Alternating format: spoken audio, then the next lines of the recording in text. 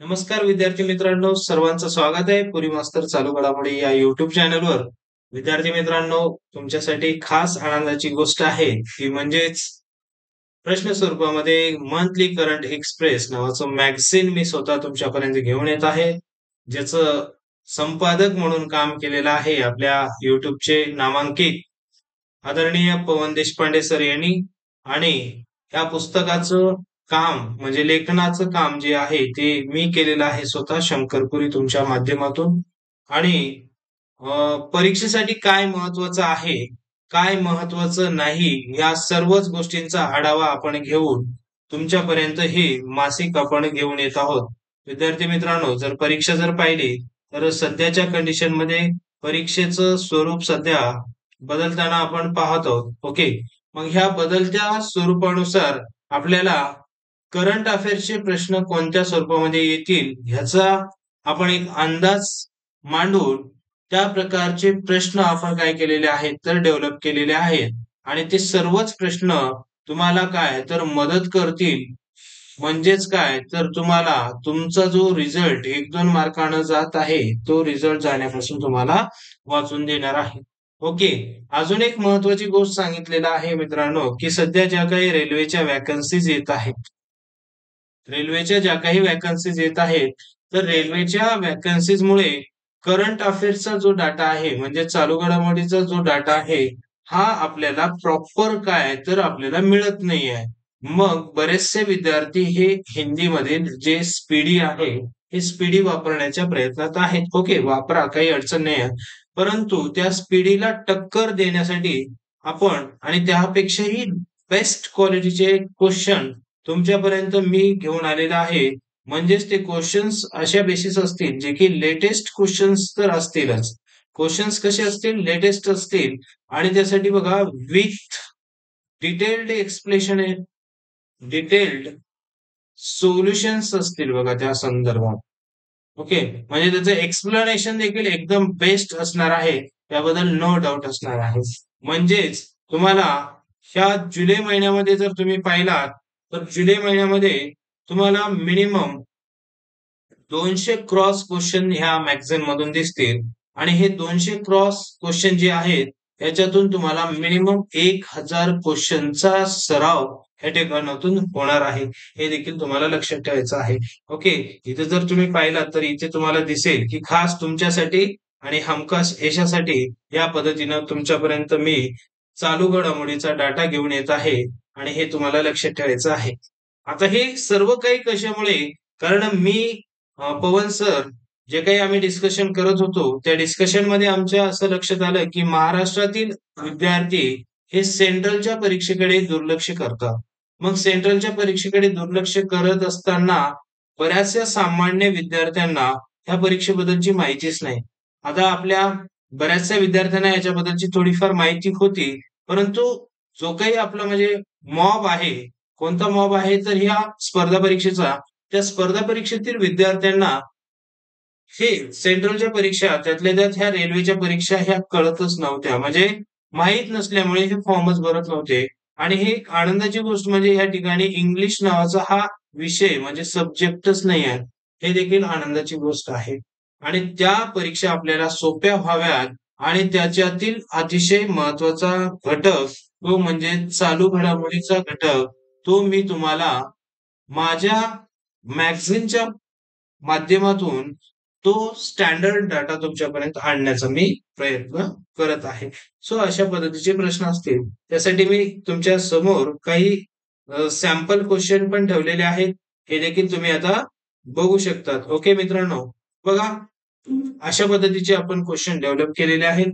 हा पहिला क्वेश्चन तुम्हाला दिसतंय आणि त्यांच्या समोरच असलेली जी काही इमेज आहे यावरून तुम्ही एक अंदाज मांडू शकता की ह्या प्रश्नाचं उत्तर काय आहे. ओके, आणि आपण तुम्हाला ह्या मॅगझिनच्या फॉर्मॅट मधून एकदम व्हिज्युअलायझेशन होण्यासाठी देखील आपण ह्या पद्धतीचे पिक्चर्स देखील त्या ठिकाणी ऍड केलेले आहेत. म्हणून तुमचा जो डाटा आहे तो एकदम परफेक्ट तुमच्या माइंडमध्ये सेट होईल आणि परीक्षेमध्ये अशाच पद्धतीचा डाटा तुम्हाला आठवणार आहे. म्हणून आपण पिक्चरायझेशन म्हणजेच व्हिज्युअलायझेशन वर पण काम केलेलं आहे. त्यामुळे हे मॅगझिन तुम्हाला 100% आवडणार आहे. ओके मित्रांनो, तर बघा ह्या पद्धतीचे क्वेश्चन आहेत बघा ज्या ठिकाणी मी सांगतो बघा नेहमीच की पहिला ज्यावेळेस प्रश्न तयार होतो म्हणजे पहिला कुठलाही पुरस्कार असेल बघा, काय सांगतो मी की कुठलाही फर्स्ट पुरस्काराच्या बाबतीमध्ये घेतलं की ह्या प्राइजच्या बाबतीमध्ये जर आपण घेतला विचार केला तर त्यावर आहे की नाही क्वेश्चन येण्याची शक्यता ही फार मोठी असते. हे मी तुम्हाला वारंवार सांगितलेलं असते आणि आहे पण त्या गोष्टी आणि त्याच्यावर क्वेश्चन पण बनलेले आहेत. सो हा क्वेश्चन तुमच्या परीक्षेमध्ये विचारला जाण्याची शक्यता पण आहे. पहिला ओमन चंडी सार्वजनिक सेवक पुरस्कार 2024 ला कोणाला मिळालेला आहे? तर तो पुरस्कार इमेज वरून तुमच्या लक्षात येत असेल की तो पुरस्कार कोणाला मिळालेला आहे? राहुल गांधी यांना मिळालेला आहे. तर हा केरळ सरकारचा पुरस्कार आहे. केरळ सरकारचा हा पुरस्कार आहे, जो की पुरस्कार त्यांनी 2024 पासून देण्याला काय केलेली आहे तर सुरुवात केलेली आहे. कधीपासून? 2024 पासून या पुरस्काराची सुरुवात केलेली आहे आणि ही सुरुवात झाल्यानंतर पहिला पुरस्कार मात्र हा राहुल गांधी यांना देण्याला आहे. म्हणून हा पुरस्कार थोडासा आपल्या परीक्षेच्या दृष्टिकोनातून महत्वाचा वाटतो आणि ज्या ठिकाणी आपल्याला थोडस महत्वाचं वाटेल त्या ठिकाणी प्रश्न येण्याची शक्यता पण जास्त असतं. ओके. त्यानंतरचा बघा प्रश्न हा देखील थोडस महत्वाचा आहे. बघा प्रश्न, नुकतेच 11 लाख हा नंबर लक्षात ठेवा. 11 लाख, ओके, हा नंबर लक्षातच ठेवायचा आहे. 11 लाख वृक्ष एकाच दिवसात लावून जागतिक विक्रम कोणत्या शहराने केलेला आहे? म्हणजेच 11 लाख वृक्ष लावलेले आहेत आणि तो एकाच दिवशी म्हणजेच 14 जुलैला ह्या प्रकारचं कार्य झालेलं आहे. 2024 या वर्षी म्हणजे याच वर्षी 14 जुलैला हा पराक्रम झालेला आहे आणि ते कोणत्या शहरात झालेला आहे अशा पद्धतीचा प्रश्न आहे. तर या प्रश्नाचं उत्तर असलं पाहिजे इंदोर. काय असलं पाहिजे या प्रश्नाचं उत्तर? इंदोर असलं पाहिजे. हे देखील तुम्हाला लक्षात ठेवायचं आहे. त्याचसोबत बघा ही डेट पण लक्षात ठेवा. 14 जुलै या दिवशी काय झालेलं आहे तर हा पराक्रम झालेला आहे. हे देखील तुम्हाला लक्षात ठेवायचं आहे. ओके. तर इथे तुम्हाला दिसत आहे इंदौर ने बनाया वर्ल्ड रिकॉर्ड, लगाए एक दिन में 11 लाख पौधे. सो ह्या पद्धतीचा डाटा देखील परीक्षेला महत्वाचा ठरणार आहे. ओके. त्यानंतर बघा पर्यावरण संरक्षणासाठी जीईपी इंडेक्स सुरू करणारे भारतातील पहिले राज्य कोणते ठरलेले आहे? ओके. तर ह्या प्रश्नाचं उत्तर आहे बघा उत्तराखंड. ह्या प्रश्नाचं उत्तर आहे मित्रांनो उत्तराखंड. उत्तराखंड काय केलेलं आहे तर हे जीईपी इंडेक्स सुरू केलेलं आहे.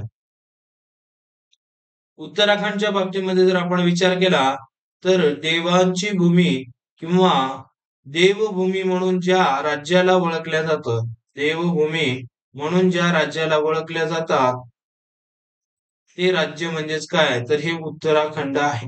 हे देखील तुम्हाला लक्षात ठेवायचं आहे. ओके. तर त्यानंतर बघा थोडासा महाराष्ट्राचा जर आपण विचार केला, महाराष्ट्रामध्ये सध्याला चर्चेत असलेली ही एक योजना फार महत्वाची आहे, लाडकी बहीण योजना. लाडकी बहीण योजना म्हणजेच काय तर मुख्यमंत्री माझी लाडकी बहीण योजना अशा पद्धतीची ही योजना आहे आणि या योजनेवर पण प्रश्न येण्याची शक्यता आहे. तर आपलं महाराष्ट्र सरकार जे आहे प्रत्येक महिलेला 1,500 रुपये म्हणजेच महिन्याला 1,500 रुपये देणार आहे. प्रत्येक महिलेला म्हणजे जे या क्रायटेरियामध्ये बसतील ते. त्याच्यासाठी उत्पन्नाचं लिमिट आहे. ओके. उत्पन्नाचं लिमिट यांनी दिलेलं आहे हे देखील लक्षात ठेवायचं आहे. त्याच्यासाठी वयाचा क्रायटेरिया पण त्यांनी ठरवलेला आहे. 21 ते 65 वर्षाचा वय क्रायटेरिया पण त्याने ठरवलेला आहे. हे देखील तुम्हाला लक्षात ठेवायचं आहे. तर या पद्धतीचा सर्वच डाटा त्या ठिकाणी आपण ऍड केलेला आहे. तर ह्या गोष्टी तुम्हाला लक्षात ठेवायच्या आहेत. ओके. त्यानंतर बघा हे आपण जर एमपीएससी ला जर पाहिलं व्यवस्थित तर एमपीएससीचा बघा ह्या पद्धतीचे प्रश्न बऱ्याच वेळेस आलेले आहेत. तुम्ही जर एमपीएससीचं जर प्रॉपर नियोजन केलेलं असेल किंवा अभ्यास केलेला असेल किंवा परीक्षा दिलेला असेल तर युपीएससीचे जर अध्यक्ष बदलले तर युपीएससीचे अध्यक्ष जे काही बदललेले असतात त्यावेळेस मात्र एमपीएससीला त्यावरती प्रश्न आलेला दिसूनच येतो. म्हणून हा प्रश्न थोडासा महत्वाचा आहे एमपीएससी कडे. आणि त्यानुसारच बघा, सध्याचे युपीएससी अध्यक्ष सध्याचे युपीएससी चे अध्यक्ष कोण आहेत, तर ही त्यांची इमेज आहे. ही आहेत मग प्रीती सुदान. प्रीती सुदान ह्या युपीएससीच्या अध्यक्ष ठरलेल्या आहेत. आणि ह्या अध्यक्ष मनोज सोनी यांच्या राजीनाम्यानंतर त्या बनलेल्या आहेत. मनोज सोनी यांनी काय केलेलं आहे, मनोज सोनी यांनी अध्यक्षपदाचा राजीनामा दिलेला आहे. आणि त्या राजीनाम्यानंतर आता सध्याला अध्यक्ष म्हणून काय तर प्रीती सुदान ह्या आहेत. ओके. त्यानंतर बघा ह्या पूजा खेडकरची न्यूज तुम्ही तर सध्या वाचलेली असेल. ओके. तर ह्या पूजा खेडकर सध्याला चर्चेत होत्या. आणि ह्या चर्चेत होत्या तर त्या का बरं चर्चेत होत्या ह्या सर्वांनाच माहिती आहे. तर ह्यांच्याकडे असलेली पोस्ट मात्र लक्षात ठेवा, त्या कोण होत्या तर आय-ए-एस होत्या. आणि त्या आय-ए-एस आहेत. आणि त्या कशा आय-ए-एस झाल्यात यावरती मात्र फार मोठी चर्चा झालेली आहे. तर ह्या गोष्टी तुम्ही थोड्या व्यवस्थितपणे लक्षात ठेवा. तर या पद्धतीचे क्वेश्चन जे की परीक्षेला एकदम अनुसरून घेतलेले आहेत, म्हणजेच आपल्या भाषेमध्ये एक्झाम ओरिएंटेड क्वेश्चन वर आपण जास्तीत जास्त फोकस केलेला आहे. सो हे देखील तुमच्यासाठी महत्वाचं ठरते. म्हणून ह्या गोष्टीवर थोडंसं लक्ष देणं गरजेचं आहे. Okay friends. त्याच्यानंतर बघा, नंतरचा प्रश्न आहे बघा, हे ऑलिम्पिक गेम्स चे आयोजन पॅरिस या ठिकाणी करण्यात आलेलं आहे. ओके. येथे 2024 चे आयोजन करण्यात आले आहे. ते पॅरिस येथे होणारे कितवे ऑलिम्पिक आहे हे देखील तुम्हाला लक्षात ठेवायचं आहे. ओके. तर कितवे आहे हे सांगायचं. तर बघा मित्रांनो, पहिल्यांदा हे लक्षात घ्या की पॅरिस हे फ्रान्स या देशामध्ये आहे. कुठे आहे तर फ्रान्स या देशामध्ये आहे, ज्या ठिकाणी आयफेल टॉवर आहे हे सगळ्यांना माहित आहे. तर हे तिसऱ्यांदा होत आहे.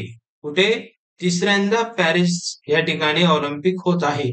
जर फ्रान्स या देशाचा विचार केला तर फ्रान्स या देशामध्ये टोटल म्हणजेच एकूणात आतापर्यंत होत असलेल्या ह्या ऑलिम्पिकच्या क्रीडामध्ये एकूण हे 6वं आहे त्या ठिकाणी. आणि पॅरिसला जे व्हायले ते मात्र तिसरं आहे. मग हे तिसरं म्हणजे कसे होते तर हे टप्पे पण लक्षात ठेवा तुम्ही. तर हे टप्पे मित्रांनो बघा, या ठिकाणी घेतो मी हे मॅप थोडंसं व्यवस्थित काढूयात. तर 1900 ला झालेला पहिल्यांदा, त्याच्यानंतर हे 1924 ला झालेलं, आणि त्यानंतर आता जे व्हायला ते 2024 हे देखील लक्षात ठेवा. हे आता 100 वर्षानंतर, हे महत्वाचं आहे, 100 वर्षानंतर हे कुठे होत आहे तर पॅरिस या ठिकाणी होत आहे. त्याच्यामुळे हे देखील महत्वाचं आहे. तर ह्या गोष्टी तुम्हाला प्रॉपर लक्षात ठेवायच्या आहेत. आता 100 वर्षानंतर हे कुठे होत आहे तर पॅरिस या ठिकाणी होत आहे. त्याआधी 1924 ला झालेलं होतं. हे देखील तुम्हाला लक्षात ठेवायचं आहे. आणि बघा मित्रांनो, हे जे ऑलिम्पिकच्या बॅकग्राऊंड मध्ये तुम्हाला हे जे रिंग दिसत आहे, ओके, हे जे रिंग दिसत आहेत, हे रिंग मात्र तुम्हाला लक्षात ठेवायचे आहेत. हे रिंग मात्र काय करतात तर हे जे काही वेगवेगळे खंड आहेत त्या खंडशी काय तर हे रिंग रिलेट करत असतात. हे देखील तुम्हाला लक्षात ठेवायचं आहे. जसे की आता ब्लॅकचा जर विचार केला तर आफ्रिकन कंट्रीज कडे दिसते. तर ह्या पद्धतीने तुम्हाला लक्षात ठेवायचं आहे. इंडिया अशा केसरी टाईपच्या रिंग कडे येते, हे देखील तुम्हाला लक्षात ठेवायचं आहे. तर ते आपण ऑगस्टच्या महिन्यामध्ये सर्वच ऑलिम्पिक गेम झाल्यानंतर आपण तिथे देखील काय करणार आहोत तर चर्चा करणार आहोत. ऑलिम्पिकच्या बाबतीमध्ये सांगायचं झालं तर विनेश फोगट, ओके, सध्याच कुस्तीच्या फायनल मध्ये पोहोचलेली आहे. ओके. तर तिचे सध्या ही फार चर्चेमध्ये आहे. फायनल मध्ये जाणारी ही पहिली ऑलिम्पिकच्या गेम मध्ये जाणारी पहिली महिला ठरलेली आहे. त्याच्यामुळे हे चर्चेत तर आहे. परंतु बऱ्याचशा दिवसांपूर्वी यांनी रस्त्यावर उतरल्यामुळे बऱ्याचशा संकटाशी म्हणजे संघर्षाशी सामना यांना करावा लागलेला होता. आणि ते इमेजेस आज आपल्या सोशल मीडियाच्या माध्यमातून आपल्यापर्यंत पोहोचताना आपण पाहत आहोत. हे देखील लक्षात ठेवायचं आहे. इतर बऱ्याचशा गोष्टी महत्वाच्या आहेत ऑलिम्पिकच्या बाबतीमध्ये ते देखील आपण पाहणार आहोत. आता तुम्ही जर पाहिलं तर 117 प्लेयर्स, ओके, 117 प्लेयर्स जे आहेत हे इंडियाकडून गेलेले आहेत हे पण लक्षात ठेवा. भारताकडून हे 117 प्लेयर्स ऑलिम्पिकसाठी गेलेले आहेत. आणि आजपर्यंत म्हणजे आजची जी डेट आहे, या डेटनुसार जर आपण पाहिलं तर आजच्या डेटनुसार भारताकडे 3 मेडल आहेत. ओके. आजची जी डेट आहे 7 ऑगस्ट, या 7 ऑगस्टकडे ह्या दिवशी भारताकडे 3 मेडल आलेले मात्र दिसून येत आहे. ओके. तर हे देखील तुम्हाला लक्षात ठेवायचं आहे कशा पद्धतीनं आपण त्या ठिकाणी म्हणजे प्राइज मिळवतो आणि कशा पद्धतीनं आपले इंडियन प्लेयर्स खेळतात. ओके. सो आपण बाकीच्या गोष्टी नंतर पाहूयात. येस. ठीक आहे. Thank you friends. अशाच पद्धतीचा डाटा हा पूर्ण आपल्या लेक्चर मध्ये आपण दिलेला आहे. हे देखील तुम्हाला लक्षात घ्यायचं आहे. Okay friends, thank you. Bye bye.